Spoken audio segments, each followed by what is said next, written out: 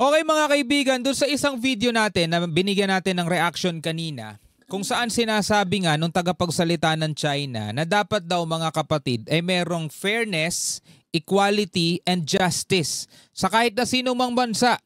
Dapat meron tayong pantay-pantay na pagtrato, kaya malaki man daw yan o mahirap o maliit mga tol, mayaman o mahirap, malaki o maliit, dapat meron tayong pantay-pantay na pagtrato. Kung saan, sabi ko nga rin dun sa reaction video natin, action speaks louder than voice. Dapat mga tol, hindi lang yan sinasabi. Dapat yan na isinasagawa, ipinapakita sa gawa. Kasi kung puro ka lang salita pero iba yung ginagawa mo, ang tawag doon mga tol, sinungaling. So ngayon, meron tayong latest news na panonoorin. Bagong-bagong pangyayari lang to ngayon dito sa West Philippine Sea. Kung saan nakaranas na naman ng panghaharas mga tol ang mga barko ng BIFAR at Coast Guard ng Pilipinas na namimigay lamang mga tol ng ayuda, ng tulong sa mga maliliit. Ando doon yung word na maliliit na mangingisda sa West Philippine Sea. Sabi rito mga tol, supply mission ng BIFAR at PCG sa mga mangingisda sa West Philippine Sea matagumpay. China Coast Guard tuloy sa panghaharas. Asan ng fairness, equality, and justice? Hanapin natin ngayon mga tol sa videong to. Sabi rito naging matagumpay ang unang araw ng pamamahagi ng tulong ng Bureau of Fisheries and Aquatic Resources o BIFAR at Philippine Coast Guard sa mga mangingisda sa West Philippine Sea. Ito'y sa kabila ng presensya ng mga barko ng China Coast Guard at panghaharas na ginagawa sa mga barko ng Pilipinas at mga mangingisda. Well, para mas malinaw ang detalye mga tol, panoorin na lamang natin to mula rito sa UNTV. Yan, News and Rescue. Samahan ninyo ako mga tol. Bago natin to simulan, syempre huwag nyo kalimutan mag-subscribe. Click nyo na rin ang notification bell para ma-notify kayo whenever na may mga bago tayong reaction video tulad nito. At syempre para naman sa mga nanonood sa Facebook page, syempre huwag nyo kalimutan mag-follow na rin mga tol. At syempre like ang ating page. So wag na natin patagalin pa, panoorin na natin to.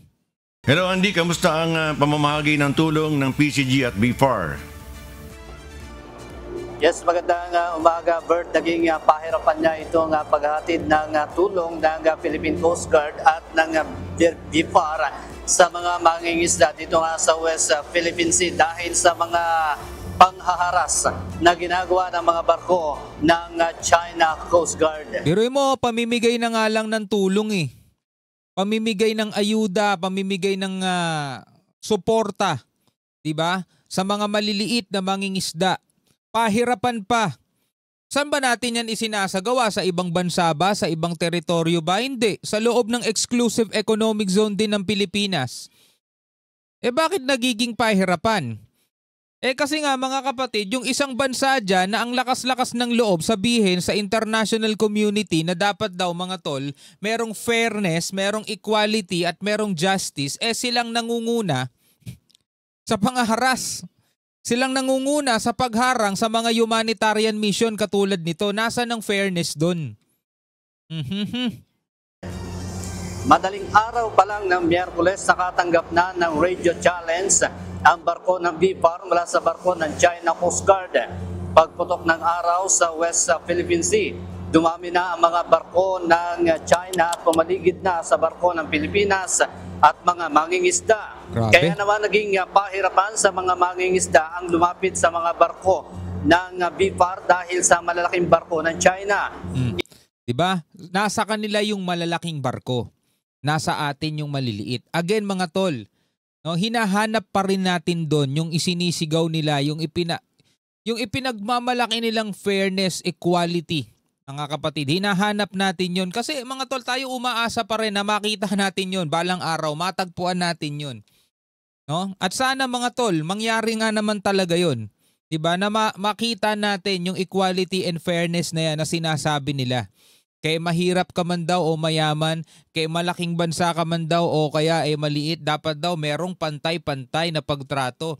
Doon pa lang na sa 9 dash line mga tol, hindi na pantay yun eh.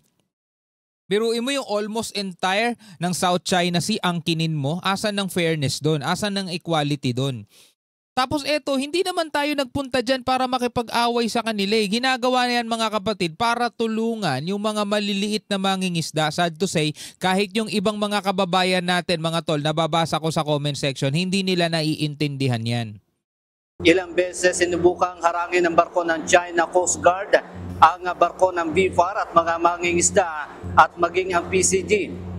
Nagsagawa rin ng ilang ulit na dangerous maneuver ang isang barko ng China Coast Guard sa sinasakyan namin barko ng Pilipinas. Ano, tignan nyo, haharang sila sa gitna. Ayan, kitang-kita. O, ayan ha.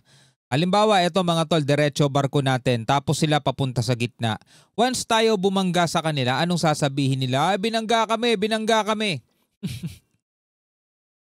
Alam mo yung para kang motorsiklo, bigla mong kinat yung kotse. Tapos pag nabangga ka, ikaw galit. Parang ganun eh. PCG. Nagsagawa rin ng ilang ulit na dangerous maneuver ang isang barko ng China Coast Guard sa sinasakyan namin barko ng Pilipinas. Sa kabila nito ay nakalapit din ang mga mangingisda sa barko ng BFAR upang maibigay sa mga ito ang kinakailangan tulong kagaya ng pamamahagi ng fuel at iba pa. Ito yung importante mga tol. No, sa kabila ng mga ganyang presensya ng China, sa kabila ng pagtatangka nilang pigilin yung humanitarian mission na to, sa kabila ng pagtatangka nilang itaboy etong mga barko ng Pilipinas at mga maliliit na mangingisda, awa ng Diyos, salamat sa langit. Diba? Nagtagumpay pa rin. Hindi umuwing luhaan yung ating mga maliliit na mangingisda. Na ang tanging inaasahan na ipambubuhay sa pamilya nila is yung ganitong klaseng hanap buhay. Diba? Papalaod sila ng 1-2 linggo, mawawalay sila sa pamilya nila. Yung mga nanay, yung mga anak nila umaasa na pagbabalik ng tatay nila, maraming dalang huli, maibebenta at meron silang mas masarap na hapunan o makakain. Yung mga bagay na ganun mga tol, kung iisipin nyo, napakaswerte ninyong lahat kung nanonood lang kayo sa internet at hindi nyo nararanas yung ganyan. Diba? Pero tignan nyo mga tol, itong sinasapit na mga maliliit na mangingisda natin. Dati wala silang problemang ganyan kasi malaya silang nakakapunta doon sa may Baho de Masinloc. Doon mismo sa loob ng lagoon. Nakakapanghuli sila doon mga tol. Sagana ang huli nila.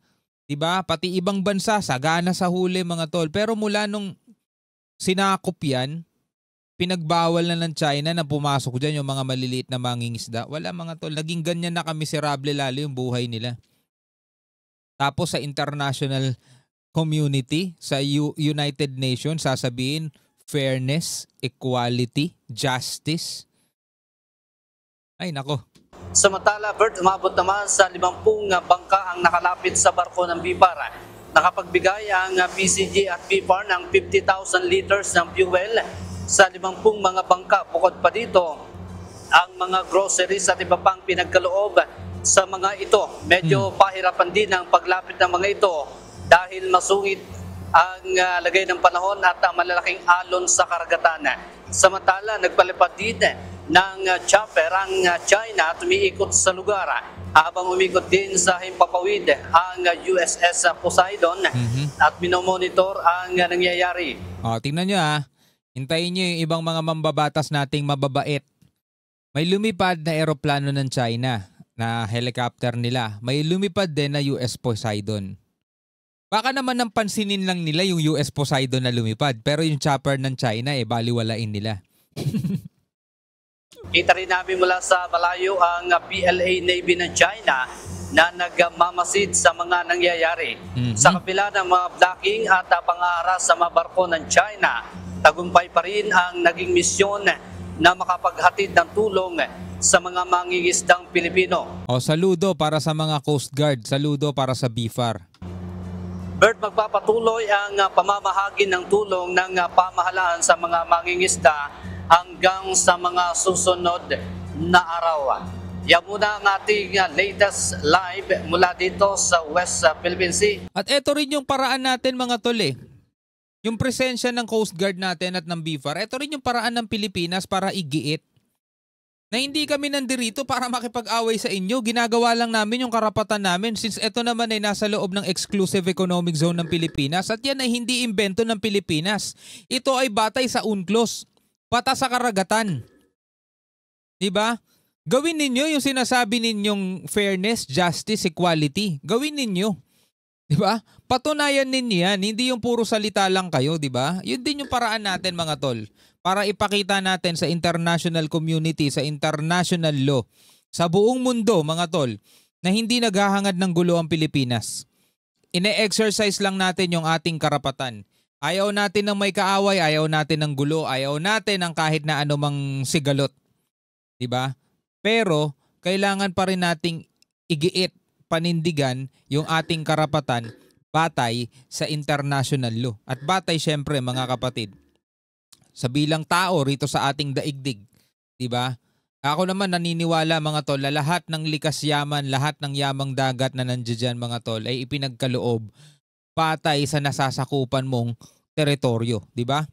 So hanggang sa muli mga tol, ako nga pala si Shobaldi. Peace out.